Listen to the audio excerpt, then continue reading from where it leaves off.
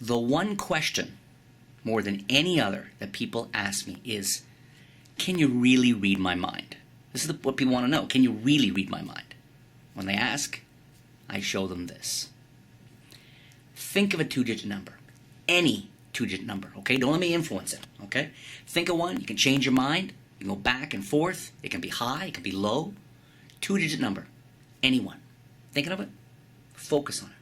I'm going to try to get a sense of the number right now. Okay. I think I got a sense of one of the numbers. The other one you're hiding from me. I can't quite get it. So let's play with the number for a second. Let's play with it and kind of bring it to life. That's the problem. Right now it's just a dead number. But I want you to leave your mark on it, okay? So let's play with that. Think of the number, and what I want you to do is take the two digits, and I want you to, let's reverse them. Reverse them. So if it was a 23, now you're thinking of a 32. 32, 23. Now, let's subtract. Whichever one is smaller, I want you to subtract it from the other number. That's going to leave you with a final number. And actually, let's do this. To bring that final number, you have one last number in mind. Let's bring that number to life, and I have the perfect way to do this. I was reading Rolling Stone magazine just the other day, and I don't know if you're a big fan of music from the 90s. I love the songs from the 90s. They're kind of cool rock and campy, and this is what they did is they published a list from 1 to 50 to 100 of the top 100 songs from the 90s, as I guess voted by their readers. And everything from Losing My Religion to Under the Bridge to Sabotage to Eminem stuff to NSYNC, Radiohead, Green Day, and of course you can extend the list to someone and have other people read off a few of the songs if you want. So you're thinking of a number. Now, rather than trying to get a sense of this dead number in your head, I'm going to ask you to try to get a sense of the melody, the song. Now, like I said, it goes from 1 to 50 on this side, 50 to 100 on that. Your number, is it from 1 to 50 or 50 and 100? 1 to 50. From 1 to 50. Okay, there. Take a look at the song at the spot, at the exact spot. And what I'd like you to try to do is try to get to that spot as quickly as you can on the list. To be clear, we're looking for the song that corresponds to the one number you have in your head, because I don't want your head cluttered with other songs and other titles, okay? Take a look. Did you get it? You got it in your mind? You do. Okay. So you're thinking of a song, one of, 100 songs. You have one song in mind.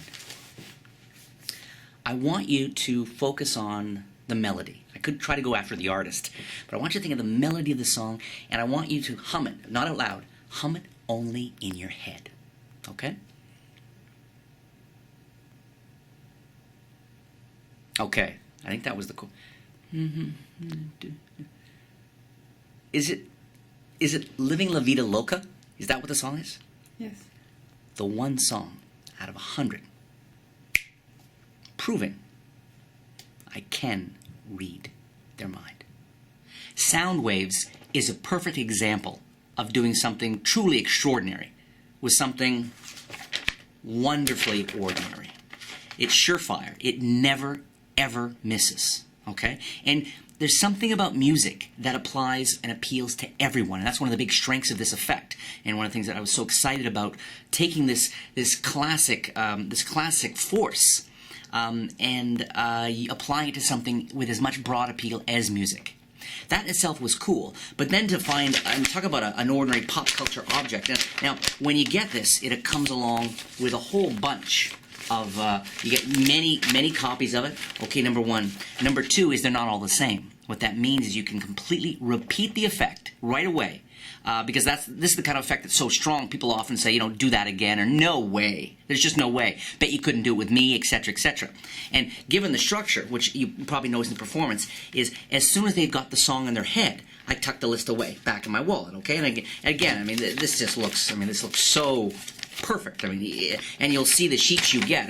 You could study them all day long. They look exactly, totally. We got the right paper, we got the right color, we got the right shine on the paper, we got the right weight. This looks exactly, and this little list could have come from Rolling Stones, it could have come from a British music magazine, it could have come from so many places around the world, okay? So keep that in mind. The song choices are wonderful. They're fun. You get best of the 90s. You also get a top 100 songs of all time. So there's so much you can do with this. Now, as I was saying, I make a point of tucking the list away before divining the song, right? And that's key in a few ways. One of the things it does is I tuck it away, Okay, it goes by, okay? Then I focus and I divine, and then when someone says no way or do that again or no way, I say, fine, look, let's try it with you. Take out the list again, and of course right there, I just took out another list. A lot like the first one, but also quite different. So I can once again have them think of any two-digit number, okay? Once again we do it, and once again they think of any one of these, 1 to 50 or 50 to 100, and I can divine a second different song. And talk about the world's easiest switch. I mean, it's not even a switch. The structure is so strong on this, and I really, polish it so much in live performance. The fact that I tuck it away and then someone says, do it again, I say, fine, we'll do it again. Just take it out another list. Boom, I can do it again.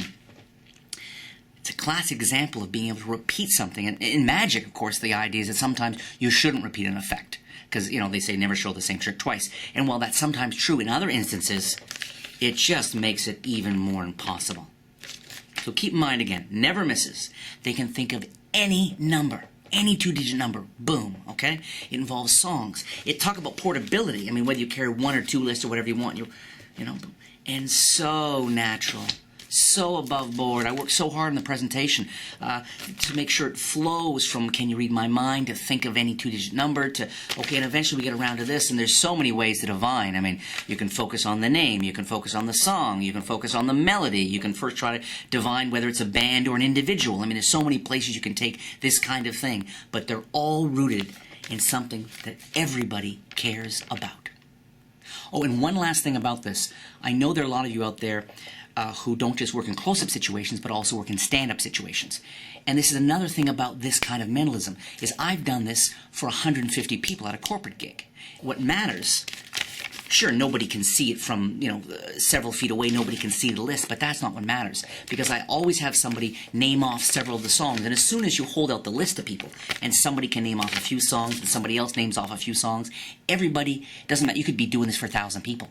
Everybody knows the list is made up of many different songs, and everybody understands that the number that was thought of was free, and everyone who follows along arrives at different numbers. So, in fact, the larger the group, the more impossible it is because so many people are thinking about different numbers. So this baby not only works close-up, it works stand-up. You can do it in stage. You have this in your pocket, and you know when you walk out the door that you are always set to freak somebody out anytime, anywhere.